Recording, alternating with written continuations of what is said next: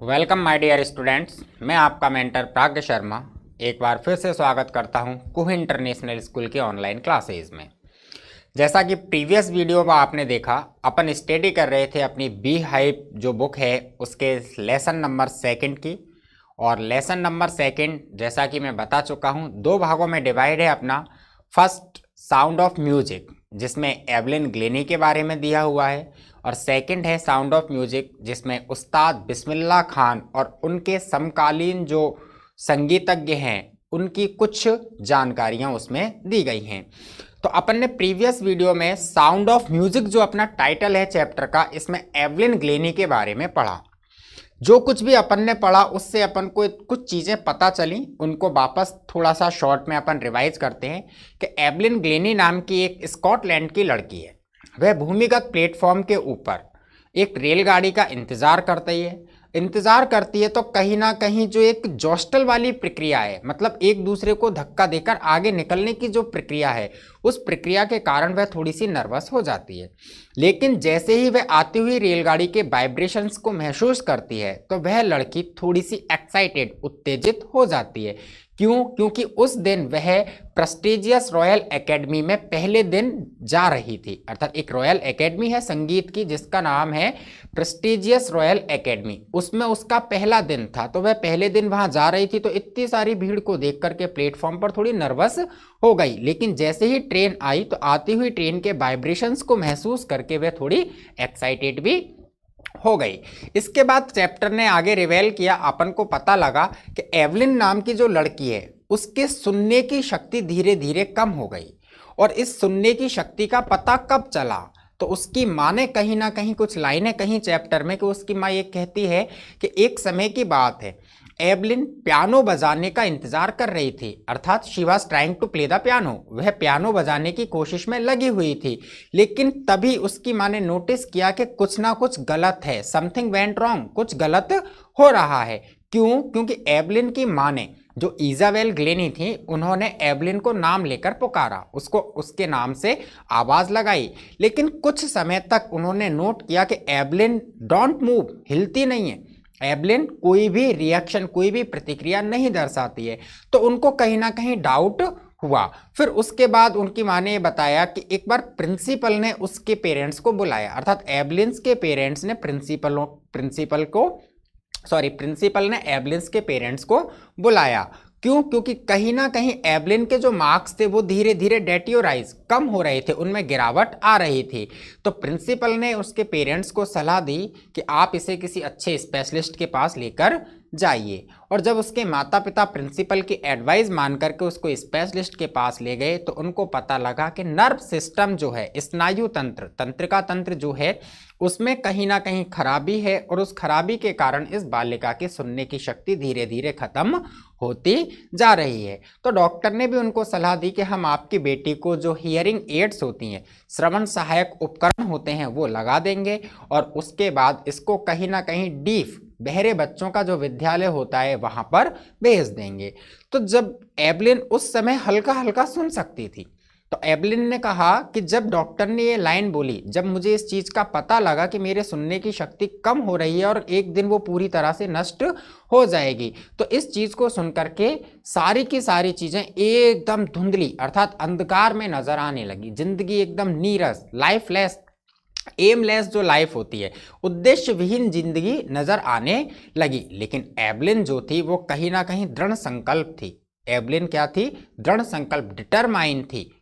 ठीक है, अब इस चीज को अपन आगे पढ़ते हैं कि एवलिन डिटरमाइन थी तो किस प्रकार से थी। तो देखिए चैप्टर आगे चलता है, और आगे चलता है चैप्टर, तो चैप्टर की अगली जो लाइन है वो ये है, but Evelyn was not going to give up. Evelyn नाम की जो लड़की थी was not going to give up. Give up का मतलब होता है हार मानना। क्या मतलब होता है? हार मानना। नॉर्मली होता है गिव अप, छोड़ देना, त्याग देना, हार मान लेना। कि जब डॉक्टर के द्वारा कही गई बात एवलिन ने सुनी, उसको ये पता लग गया कि सुनने की शक्ति धीरे धीरे कम हो गई है, बहुत ज्यादा रूप में कम हो गई है और एक दिन पूरी तरह से चली जाएगी। तो कहीं ना कहीं एवलिन को दुख तो हुआ, लेकिन एवलिन नाम की जो लड़की थी was not going to give up, वो हार मानने वाली लड़की नहीं थी। ऐसा नहीं था कि हाथ पे हाथ धर के बैठ जाए और एक एक अब तो सुनने की शक्ति चली गई, अब मैं जिंदगी में क्या करूंगी, कुछ नहीं करूंगी, ऐसे वो हार मानने वाली नहीं थी। शी वॉज डिटरमाइंड, वह दृढ़ संकल्पी थी। डिटरमाइंड का मतलब मजबूत इरादों वाला, क्या मजबूत इरादों वाला, कि शी वॉज डिटरमाइंड, वह पूरी तरह से मजबूत इरादों वाली थी, to lead a normal life, एक सामान्य जिंदगी जीने के लिए। तो उसने पूरी तरह से मजबूत इरादा कर लिया, दृढ़ संकल्प ले लिया कि लीड अ नॉर्मल लाइफ, एक सामान्य जो आम लोगों की जिंदगी होती है, अपन जैसे लोगों की जिंदगी होती है, अपन बोलते हैं, देखते हैं, सूंघते हैं, सारे काम करते हैं, उस तरह से सामान्य व्यक्ति की भांति एक जिंदगी को जिएगी। एंड परस्यू, और आगे बढ़ाएगी। हर interest in music, pursue, pursue का मतलब होता है लगा देना, बढ़ाना, जागृत करना। Pursue her interest in music, के सामान्य व्यक्ति की भांति जिंदगी को जीऊंगी और अपनी रुचि को, अपने इंटरेस्ट को संगीत में लगाऊंगी, संगीत में बढ़ाऊंगी, ऐसा एवलिन ने दृढ़ संकल्प ले लिया। देखिए, one day she noticed a girl playing a xylophone. One day, एक दिन, शी नोटिस्ड, उसने ध्यान दिया, एक दिन एवलिन ने नोटिस्ड, ध्यान दिया कि a girl playing a xylophone, कि एक लड़की जाइलोफोन बजा रही थी। क्या कर रही थी? जाइलोफोन बजा रही थी। जाइलोफोन होता है काष्ठ तरंग, नॉर्मली उसमें डंडियां सी लगी होती हैं जिसको डंडियों की सहायता से बजाया जाता है। ये आप देख सकते हो, ये पिक है जाइलोफोन की, इस तरीके का होता है। तो एक दिन एवलिन ने ध्यान दिया कि एक बालिका, एक लड़की जाइलोफोन को बजा रही थी, and decided that she wanted to play it too. तभी तो उसको देखा, तभी डिसाइडेड, निश्चय कर लिया, एवलिन ने भी उस लड़की को देखकर ये निश्चय कर लिया कि she wanted to play it too, कि वह भी उसे बजाना चाहती थी। अर्थात उसने उस बालिका को देख करके ये डिसीजन ले लिया, ये निश्चय कर लिया कि इसकी तरह मैं भी इस जाइलोफोन को बजाऊंगी, इसको बजाना पूरी तरह से सीखूंगी। मोस्ट ऑफ द टीचर्स, ज्यादातर अध्यापकों ने डिस्करेज, डिस्करेज का मतलब होता है हतोत्साहित करना। क्या होता है? हतोत्साहित करना, मनोबल को कम करना, आ रहा है ना, हौसलों में गिरावट लेकर आना, ये होता है डिस्करेज। तो देखिए, मोस्ट ऑफ द टीचर्स, ज्यादातर अध्यापकों ने, वो टीचर्स जो म्यूजिक सिखाते थे, संगीत सिखाते थे, उन ज्यादातर अध्यापकों ने डिस्करेज्ड हर, उसको हतोत्साहित किया, उसके मनोबल को कम कर दिया। कहने लग गए कि तू तो बहरी है, सुन सकती नहीं है, संगीत में तो सबसे ज्यादा काम सुनने का ही है, तू क्या करेगी, तू संगीत में आगे नहीं बढ़ सकती है। इस प्रकार की बातें करके ज्यादातर अध्यापकों ने एवलिन को हतोत्साहित किया। बट परक्यूशनिस्ट रॉन फ्रॉप्स, लेकिन यहाँ एक नाम आया है, ध्यान देना इस चीज पे, परक्यूशनिस्ट। परक्यूशनिस्ट का मतलब होता है ताल वाद्य वादक। क्या होता है? ताल वाद्य वादक, अर्थात ऐसा व्यक्ति जो काफी सारे इंस्ट्रूमेंटों को बजाने में महारत रखता हो, काफी सारे संगीत के जो वाद्य यंत्र होते हैं उनको बजाना जानता हो, वह कहलाता है परक्यूशनिस्ट, ताल वाद्य वादक। तो जब ज्यादातर टीचरों ने उसको डिस्करेज किया, तब एक नाम आया रॉन फ्रॉप्स, के एक रॉन फ्रॉप्स नाम के ताल वाद्य वादक थे, स्पॉटेड हर पोटेंशियल। उन्होंने क्या किया? स्पॉटेड, स्पॉटेड का मतलब होता है जान लेना। क्या होता है? जान लेना, भांप लेना, आकलन कर लेना या अनुमान लगा लेना, कि उस रॉन फ्रॉप्स नाम के ताल वाद्य वादक ने स्पॉटेड हर पोटेंशियल, उसकी पोटेंशियल दक्षता, उसकी जो कुशलता थी, किसकी? एवलिन की, कि एवलिन के अंदर क्या दक्षता है, उसके अंदर क्या कुशलता है, इस चीज को उन्होंने भांप लिया, उसका उन्होंने अनुमान लगा लिया। He began by tuning two large drums. He began, उन्होंने बिगेन प्रारंभ किया, उन्होंने एवलिन को सिखाना प्रारंभ किया, by tuning two large drum, दो बड़े बड़े ड्रमों को, टू डिफरेंट नोट, दो अलग अलग ध्वनियों में बजा करके। कि रॉन फ्रॉप्स नाम के जो परक्यूशनिस्ट थे, उन्होंने एवलिन की प्रतिभा को, उसके टैलेंट को भांप लिया, और भांपने के बाद उन्होंने दो बड़े बड़े जो ड्रम थे, उन बड़े बड़े ड्रमों को टू डिफरेंट नोट्स, दो अलग अलग ध्वनियों में बजा करके उसको संगीत की शिक्षा देना प्रारंभ कर दी। Don't listen through your ears, he would say, वो कहा करते थे। ही का मतलब कौन है? ही का मतलब है रॉन फ्रॉप्स। ही वुड से, वो कहा करते थे, अर्थात जब रॉन फ्रॉप्स एवलिन को संगीत की ट्रेनिंग दिया करते थे तो वो अक्सर क्या कहते थे? वो अक्सर कहते थे don't listen through your years, इसे अपने कानों से मत सुनो। जब वो उसको संगीत सिखाते थे रॉन फ्रॉप्स, तो वो कहते थे कि don't listen through your ears, अपने कानों से मत सुनो। Try to sense it some other way, try कोशिश करो, टू सेंस अनुमान लगाने का, सम अदर वे किसी अन्य तरीके से। जो कुछ भी मैं बजा रहा हूं, जो कुछ भी मैं कर रहा हूं, इस चीज को कानों से सुनने की कोशिश मत करो, इस चीज का किसी अन्य तरीके से अनुमान लगाने का प्रयास करो। सेज एवलिन, एवलिन ऐसा कहती है। Suddenly I realized I could feel the higher drum from the best up and the lower one from the best down. अब एवलिन कैसा कहती है कि देखिए, एवलिन बतलाती है सडनली, अचानक ही। एवलिन खुद कह रही है कि जब उन्होंने ऐसा किया और मैं उनके कहे अनुसार काम करने लगी, तब अचानक ही आई रियलाइज्ड, मैंने महसूस किया, I could feel the higher drum. Higher drum का मतलब है ऊंची आवाज में बजने वाला ढोल।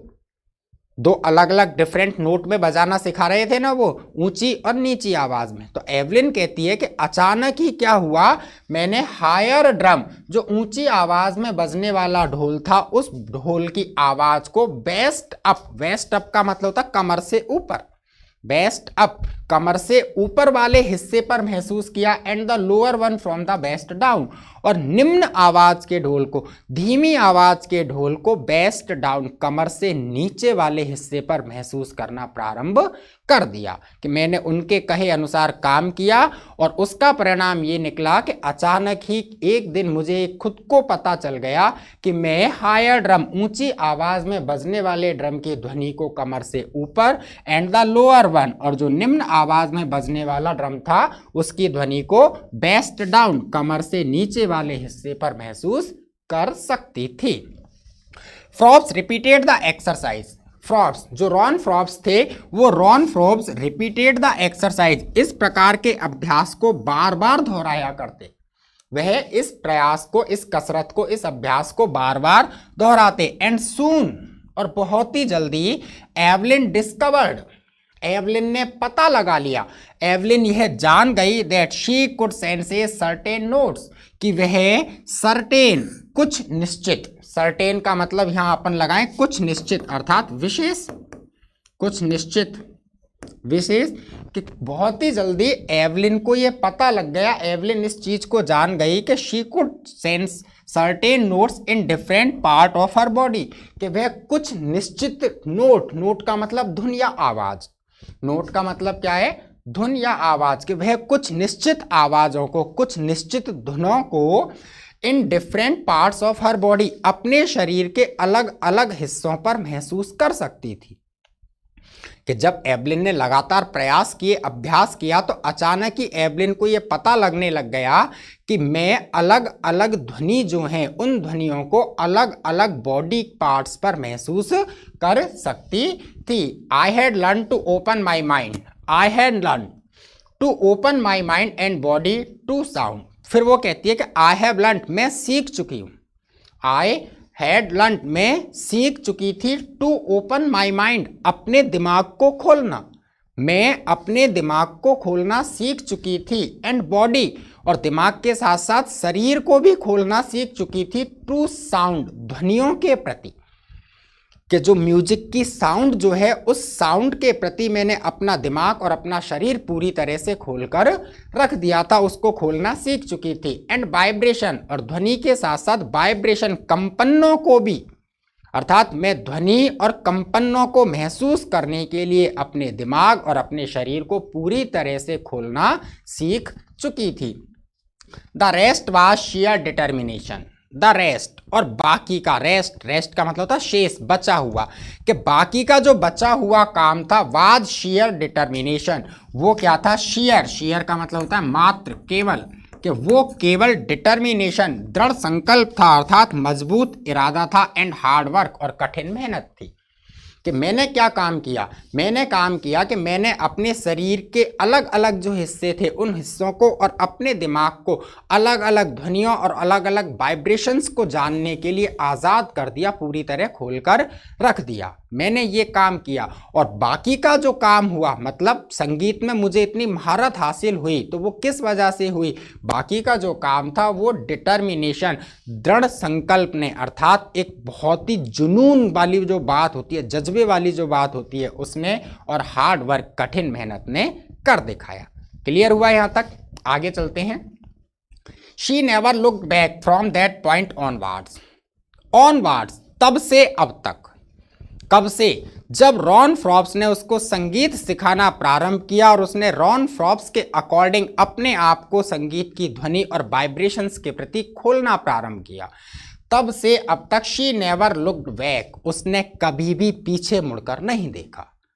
वो कभी भी पीछे मुड़कर नहीं देख पाई, अर्थात उसने कभी भी हार का सामना नहीं किया, वह कभी भी जिंदगी में हताश नहीं हुई। She toured the United Kingdom. She ट्यूड का मतलब होता है भ्रमण करना। क्या होता है? भ्रमण करना। शी ट्यूड, उसने भ्रमण किया द यूनाइटेड किंगडम का with a young orchestra. Orchestra का मतलब होता है गायन वादन मंडली। क्या होता है? गायन वादन मंडली, जिसमें गाने वाले भी लोग होते हैं और बजाने वाले भी लोग होते हैं। तो उसने एक यूथ ऑर्केस्ट्रा जो मंडली थी, एक युवाओं का जो गायन वादन दल था, उसके साथ यूनाइटेड किंगडम का भ्रमण भी किया। And by the time she was 16, और जब वह 16 वर्ष की हुई, by the time she was 16, और उस समय पर जब वह 16 वर्ष की हुई, she had decided to make music her life, उसने निश्चय कर लिया कि म्यूजिक हर लाइफ, के संगीत को ही अपनी जिंदगी बनाऊंगी। कि जब वह 16 वर्ष की हुई तो 16 वर्ष की उम्र में उसने ये निश्चय कर लिया था कि अब संगीत ही जो है वो क्या है, मेरी जिंदगी है, अर्थात मेरी लाइफ का जो बेस है वो क्या है, म्यूजिक है। आगे देखते हैं। She audition for the royal academy of music. Audition का मतलब क्या होता है? प्रस्तुति देना। ऑडिशन, गायन प्रस्तुति देना। ठीक है, आ रही है ना बात समझ में? नॉर्मली अपन ऑडिशन देने जाते हैं, कुछ लोग बैठे होते हैं जो अपन को जज करते हैं कि अपन अच्छा गा रहे हैं या अच्छा बजा रहे हैं या नहीं बजा रहे हैं। तो जो एवलिन नाम की लड़की थी, उस एवलिन ने audition for the royal academy of music, संगीत की रॉयल एकेडमी जो है उसके लिए अपनी प्रस्तुति दी। एंड स्कोर्ड का मतलब होता है अर्जित करना, प्राप्त करना। जब उसने प्रस्तुति दी तो scored one of the highest mark in the history of the academy, उस एकेडमी के इतिहास में सबसे ज्यादा अंक लेकर आई। तो जब उसने संगीत की रॉयल एकेडमी के लिए प्रस्तुति दी थी, ऑडिशन दिया था, वहां पर जब वो उसमें भाग लेने गई थी तो उस इतिहास के अंतर्गत उसने सबसे ज्यादा अंक अर्जित किए थे। She gradually moved from orchestral work to solo performance. Gradually का मतलब होता है धीरे धीरे, शने शने, कि शी, वह ग्रेजुअली, धीरे धीरे, मूव्ड, मुड़ गई, फ्रॉम ऑर्केस्ट्रल वर्क, ऑर्केस्ट्रा के काम से, to solo performance. Solo performance का मतलब होता है एकल प्रस्तुति की ओर। ऑर्केस्ट्रा में क्या होता है? ऑर्केस्ट्रा में तो एक टीम होती है या नहीं होती है? गाने वाले भी होते हैं, बजाने वाले भी होते हैं, डांस करने वाले भी होते हैं, तो कंप्लीट कहीं ना कहीं एक ग्रुप होता है 12-15 लोगों का। लेकिन सोलो परफॉर्मेंस, सोलो में तो केवल एक सिंगल कैंडिडेट होता है, वही तो गा लेता है, वही बजा लेता है, और अगर डांस करने की बात आती है तो वही डांस कर लेता है। तो जो एवलिन थी, वह एवलिन ऑर्केस्ट्रल वर्क, जो एक गायन मंडली का जो काम होता है, उस गायन मंडली के काम को छोड़ करके सोलो परफॉर्मेंस, एकल प्रस्तुतियां जो होती है उसकी ओर मुड़ गई, उसकी ओर उसने रुख कर लिया। At the end of her 3 years course, और अपने 3 साल के कोर्स के बाद, she had captured most of the top award. Captured का मतलब प्राप्त कर लेना, कैप्चर्ड का मतलब होता है हथिया लेना, हासिल कर लेना। कि अपना 3 साल का जो पाठ्यक्रम है, जो कोर्स था, म्यूजिक का जो सिलेबस था, उस म्यूजिक के 3 साल के सिलेबस को पूरा करने के बाद एवलिन नाम की जो लड़की थी उसने captured most of the top award, top award, जो ऊंचे ऊंचे सम्मान हुआ करते थे, उन ऊंचे ऊंचे सम्मानों पर भी कब्जा कर लिया, उनको प्राप्त कर लिया। क्लियर है? यहां तक का चैप्टर क्लियर हुआ, कंप्लीट। आगे चलते हैं। देखिए आगे है, and for all this Evelyn won't accept any hint of heroic achievement. And for all this, और इन सब चीज़ों के लिए, किन के लिए? कि वह संगीत को अपनी ज़िंदगी बना चुकी थी, संगीत सीख भी चुकी थी, 16 वर्ष की आयु हुई तब इसने एक इतिहास रच दिया, रॉयल एकेडमी की हिस्ट्री में सबसे ज़्यादा अंक प्राप्त किए, धीरे धीरे ऑर्केस्ट्रल वर्क से सोलो परफॉर्मेंस की ओर मुड़ गई, और टॉप मोस्ट जो अवार्ड्स थे उन पर भी कब्जा कर लिया। इन सारी चीज़ों के लिए Evelyn won't accept any hint, Evelyn किसी भी प्रकार की हिंट को, किसी भी प्रकार के संकेत को स्वीकार नहीं करती है ऑफ हीरोइक अचीवमेंट, बहादुरीपूर्ण कार्यों में। तो उसने इतने वीरतापूर्ण हीरोइक अचीवमेंट, इतनी बड़ी बड़ी जो उपलब्धियां प्राप्त की, अचीवमेंट का मतलब था उपलब्धियां, तो उसने इतनी बड़ी बड़ी जो उपलब्धियां प्राप्त की, इतने वीरतापूर्ण जो कार्य किए, उन कार्यों में से किसी भी कार्य के लिए एवलिन नाम की लड़की जो है वो एक्सेप्ट एनी हिंट, किसी भी संकेत को, किसी भी धारा को स्वीकार नहीं करती है। इफ यू वर्क हार्ड, देखिए वो क्या कहती है, एवलिन क्या कहती है, क्या समझाना चाहती है? एवलिन कहते हैं इफ यू वर्क हार्ड, यदि आप कठिन मेहनत करते हो, यदि आप कठिन प्रयास करते हो, लगन से काम करते हो, एंड नो और वेयर यू आर गोइंग, और आप ये जानते हो कि वेयर आर यू गोइंग, आप कहाँ जा रहे हो। यदि आप कठिन मेहनत करते हो और आपको ये मालूम है कि आप कहाँ जा रहे हो, यू विल गेट देयर, तो आप वहाँ पहुँचते ही पहुँचते हो। अर्थात आप किसी भी काम को कर रहे हो तो पूरी मेहनत के साथ सच्चे मन से करो, और आपको ये मालूम होना चाहिए कि आपको जाना कहाँ है, अर्थात आपका टारगेट क्या है, आपका एम क्या है। यदि ये दो चीज़ें आपके पास है तो एवलिन के according you will get there, आप वहाँ निश्चित रूप से पहुँचोगे, वहाँ पहुँचने से आपको कोई नहीं रोक सकता है।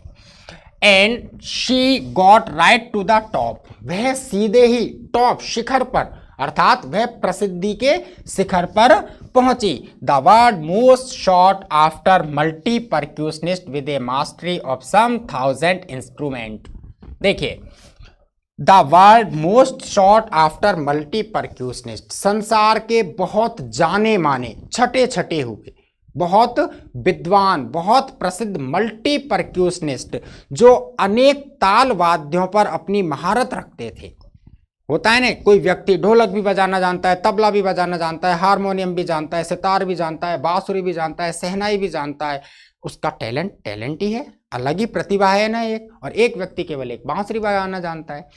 तो देखिए संसार में जितने छटे छटाए प्रसिद्ध ताल वाद्य वादक थे, जो अनेक ताल वाद्यों को बजाने में महारत हासिल रखते थे, ऐसी महारत हासिल रखने वाले 1000 इंस्ट्रूमेंट, जो हजारों की संख्या में इंस्ट्रूमेंट को बजाया करते थे, बजाने की दक्षता रखते थे, ऐसे लोगों के बीच से होकर के सीधे ही शी राइट टू टॉप, वह शिखर पर पहुंच गई, ऊंचाइयों पर पहुंच गई। And hectic international schedule, hectic का मतलब होता है व्यस्त, क्या मतलब होता है? व्यस्त, भरा हुआ, खचाखच जिसे अपन कह सकते हैं।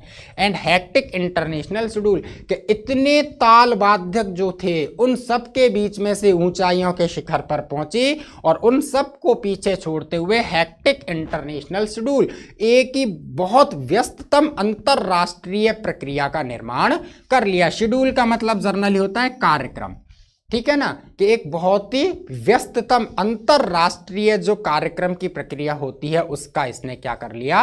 निर्माण कर दिया। अर्थात इतनी प्रस्तुतियों के लिए आवेदन आने लगे कि एवलिन यहाँ आकर प्रस्तुति दो, वहाँ आकर प्रस्तुति दो, वहाँ आकर प्रस्तुति दो। इसको पढ़ करके ऐसा लगता है कि शायद ये तो कभी कभी सोचती होगी कि कहाँ जाऊँ, यहाँ जाऊँ या यहाँ जाऊँ। ये स्थिति हो गई, किससे हुई? केवल एक चीज, डिटर्मिनेशन, दृढ़ संकल्प से। क्लियर है? आगे देखिए, it is intriguing to watch Evelyn function so effortlessly without hearing. शायद टाइम ज़्यादा हो गया है, इस चीज़ को अपन कल पढ़ेंगे। आज के लिए इतना ही काफ़ी है। Stay healthy and stay safe. पूरा लेसन देखना है, ज़रूर देखना है, इसलिए अगले वीडियो को मिस ना करें। Thank you.